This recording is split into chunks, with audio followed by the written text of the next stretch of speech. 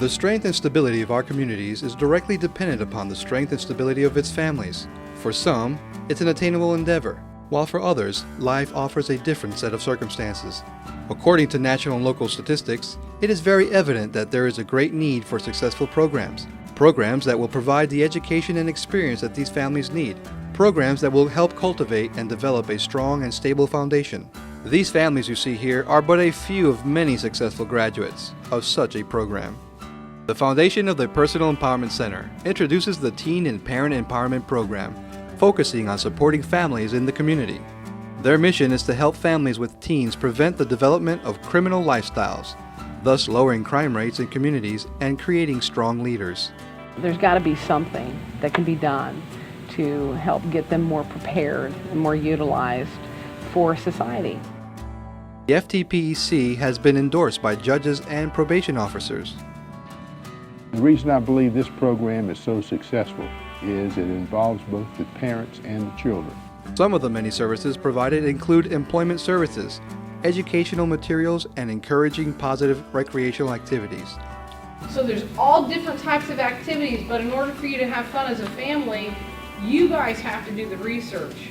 You have to tell mom and dad, hey, I want to do some fun things as a family, which involves you behaving, of course.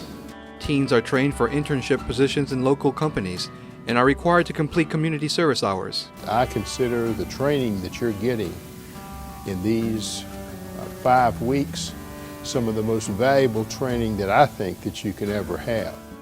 When enrolled, parents or guardians must attend and participate in the program. There are mandatory individual and family activities each week.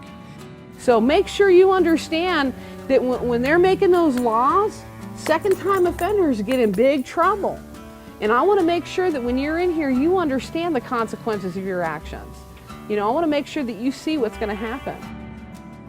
The one thing we notice with our program, it helps the family especially to build that missing gap with communication, with educating them more on how to do things within a group setting.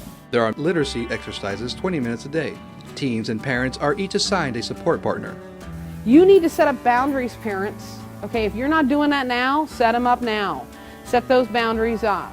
You know, if you want your son or your daughter home at 8 or 9 o'clock, they need to be home by 8 or 9 o'clock. What's going on at home now?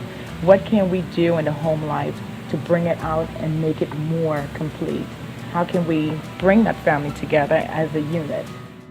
I'm very, very impressed by the skill and the ability of the folks that are speaking and explaining and the curriculum that they've developed that helps families, parents, children begin to communicate better. There are crime prevention classes and personal development and responsibility classes, just to name a few.